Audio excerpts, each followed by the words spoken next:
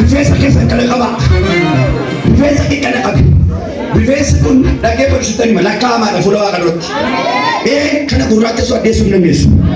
Ageeffa warri kutatanii dhaqan isitti hojjechiisan qaanaa miti.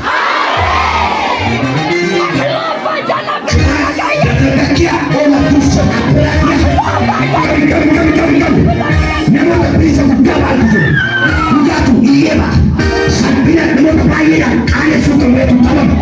Maal jennaan akkana waaqayyo rifeensa kanarratti nama 16 ol lakkate keessanii hambisa baasa.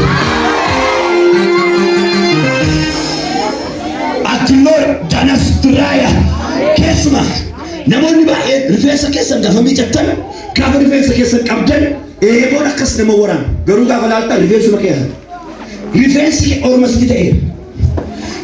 Morma keetti ol ormasitti ta'eera kan namaa baattee danda'u itti fakkaata kan keessatti hin fakkaatu namoonni akkasii hojiitu jira sinirra waaqayyo kan nan diigan. Kan malee mataas bowwaa fedha ija keessanii ilaaluu dandeessan gurra keessanii arguu dandeessan waan yaaddan hin beektan waan yaaddan sana iddoo keessan qodaama keessan illee deebistanii fuguu hin dandeessan. Sammuu keessan rakkinaan maxxanfameera yaadduudhaan maxxanfame waan kutan qabdanii waaqayyo kan nanii kaadhan.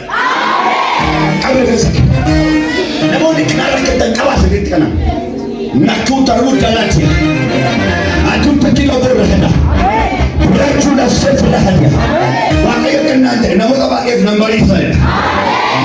Barii dhufaaya barii inni salphatotoo taane barii ati ulfinatti argitu dhufeera.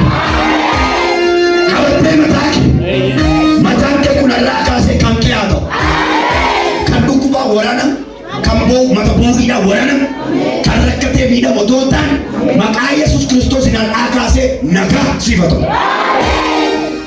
Rifeensa keessanii qabaat amma keessa miila keessatti haxaa gadi fura narran teessa sochee gadi fura naantii coogaadhaa dhiibbaa dhiigaa kan qabdan kalee kan qabdan amma deema dhufte deema sana kabatan sochee kulaawasi kan qabdu kalee kan qabdu coogaadhaa kan qabdu mataa kee yaabbatee kan jiru sammuu kee yaabbatee kan jiru nama taatu kan si jedhan hin guddattu kan si jedhan otoma jiranii beena ulfina tokko argatte. Eebba fulkaawaa tokko argatte. Barbaadamu tokko mana kee galche. Isa calloonni jedhamatu waaqayyo waan itti maayedha.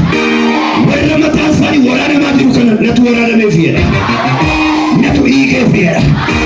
Inni si waraaname Yesuus akka jiru warra mataan keessa garmalee san dhukkubu eebbatu dhufaadha. Mataa ammallee sinisuu kan dide gara nama jaatu jirtu.